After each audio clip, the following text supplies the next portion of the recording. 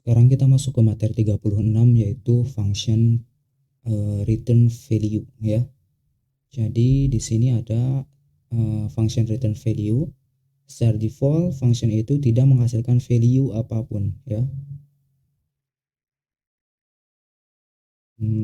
Namun jika kita ingin, kita bisa membuat sebuah function mengembalikan value.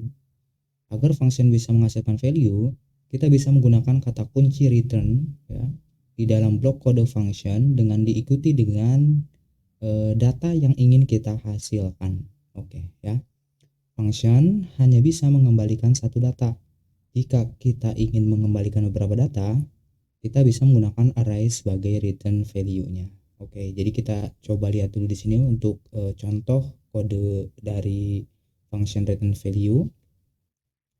Di kata kuncinya seperti biasa, kita akan membahas banyak sekali function. Jadi banyak sekali kegunaan dari sebuah function ini. Ya, masih banyak lagi setelah ini. Kata kuncinya di sini adalah function. Lalu di sini ini diikuti dengan nama functionnya hello, say hello ya. Terus di sini ada variable atau parameternya yang diisi dengan first name dan juga last name.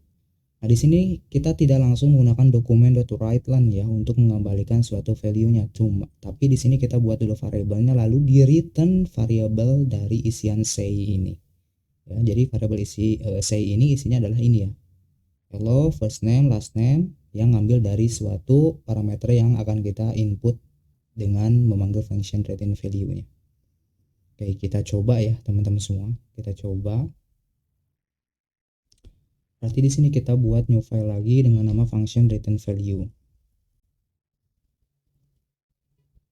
Oke. Lalu buat HTML.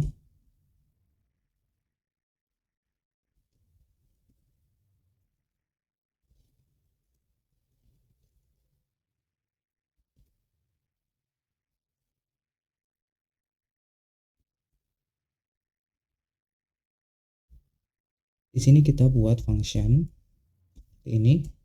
Lalu nama fungsinya yaitu say hello, kita samakan saja seperti ini. Lalu di dalamnya parameternya kita mempunyai first name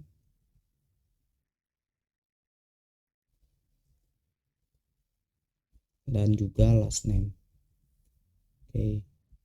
Dalam kode bloknya biasanya kan kita langsung mengetikkan langsung dokumen ya seperti ini, dokumen.writeLine.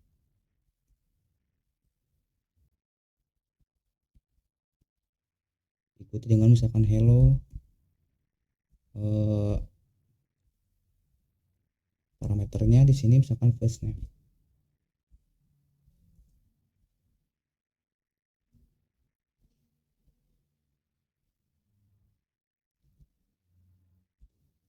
Nah, dengan menggunakan function return value, kita akan mengembalikan nilai ini berbentuk return dan dimasukkan ke dalam suatu variable. Maka kita tidak mencetak langsung di dalam functionnya ya. Jadi kita hapus lagi. Jadi caranya bukan seperti itu. Misalkan di sini kita mempunyai let namanya, misalkan kita masukkan ke dalam variable say. Kita gunakan backtick seperti ini. Hello. Lalu kita parsing variable first name di sini. First name dan juga last name.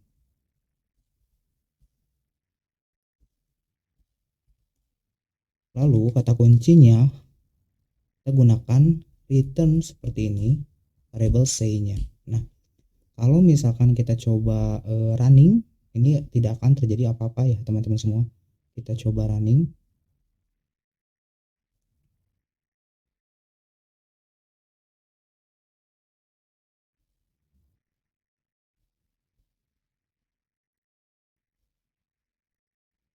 Nah, maka dia tidak terjadi apa-apa karena kenapa? Karena di sini kita belum panggil nama functionnya seperti biasa. Kita harus memanggil dulu nama functionnya. Berarti di sini kita langsung saja say hello seperti ini. Oke. Misalkan di sini untuk first name-nya Dean Aceh gitu ya. Tapi kalau misalkan kita coba return, ini nggak akan jalan juga ya, karena nilai ini mengembalikannya ke sini ke dalam variabel say-nya ya. yang di return ya. Jadi nggak bisa seperti ini lagi cara manggilnya. Kita harus buat dulu di sini. Berarti kita akan tampung ke dalam suatu variabel di sini. Misalkan variabel result untuk menampung si functionnya. Ya, kita akan masukkan dulu ke dalam variabel result, lalu setelah itu kita akan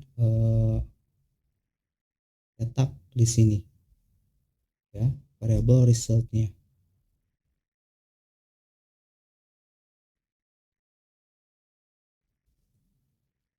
seperti ini. Kalau misalkan kita coba refresh, maka sorry, ini bukan dan tapi dollar result gini. Oke. Maka muncul ya hello Dean AJ. Nah, ini mengembalikan nilainya, lalu ketika kita masukkan value-nya ya yang masuk ke dalam parameter function, lalu diparsing ke sini, lalu dimasukkan ke dalam suatu variabel, dan variabel ini kata kuncinya return ya. Kalau misalkan return, dia akan mengembalikan lagi ke dalam sini. Nah, jadi di sini cara pemanggilannya seperti ini untuk function return value. Oke. Jadi kita coba lihat lagi di sini.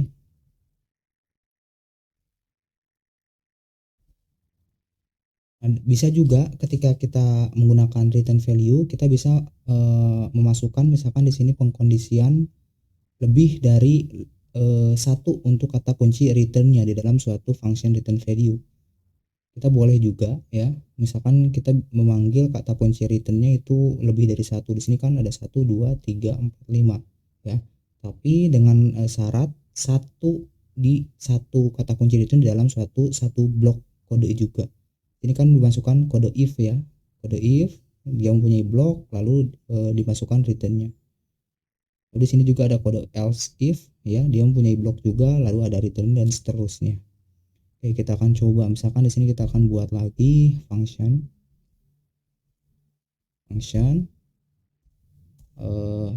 get, kita samakan saja get final score, misalkan final score ini, lalu dia mempunyai value begini ya, mempunyai suatu parameter value. Kita bisa menggunakan percabangan if di sini, misalkan jika value-nya itu lebih besar dari 90, maka kita return di sini. Return misalkan hasilnya A begitu ya. Dan else if jika value-nya itu lebih besar dari 80, kita akan return lagi, misalkan di sini B isinya. Gitu. Dan else if lagi di sini misalkan value-nya lebih besar dari 70, maka kita akan return C ya. Dan kita else lagi, misalkan ini boleh beberapa kali pemanggilan returnnya ya.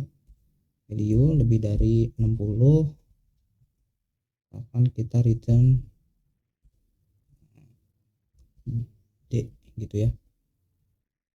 Dan terakhir di sini else-nya misalkan kita akan return E gitu untuk defaultnya. Nah, cara panggilnya juga sama ya. Di sini kita tinggal panggil saja nama functionnya.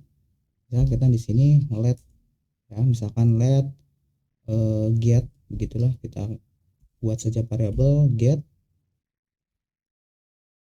Di sini get final score yang diisi dengan 100 misalkan. Kita dokumen dot writeLength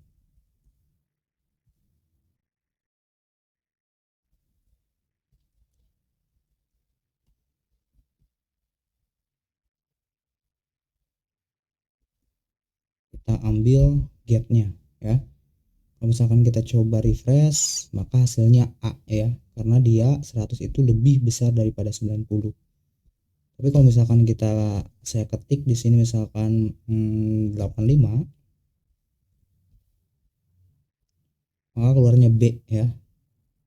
Di sini misalkan berapa nih, 76, maka keluarannya C gitu ya. Dan kalau misalkan saya ketik 65, keluarnya D gitu. Dan kalau misalkan lebih kurang dari 60 itu pasti hasilnya E ya. Kalau misalkan kita coba 55 itu E ya, sampai ke bawah itu E. Nah, itu adalah fungsi dari eh, apa namanya, function return value. Jadi teman-teman saya harap bisa memahaminya. Teman-teman praktekkan saja, dan ini yang namanya function return value, mengembalikan suatu nilai ya di dalam kata kunci returnnya. Oke teman-teman semua, sampai ketemu lagi di video selanjutnya.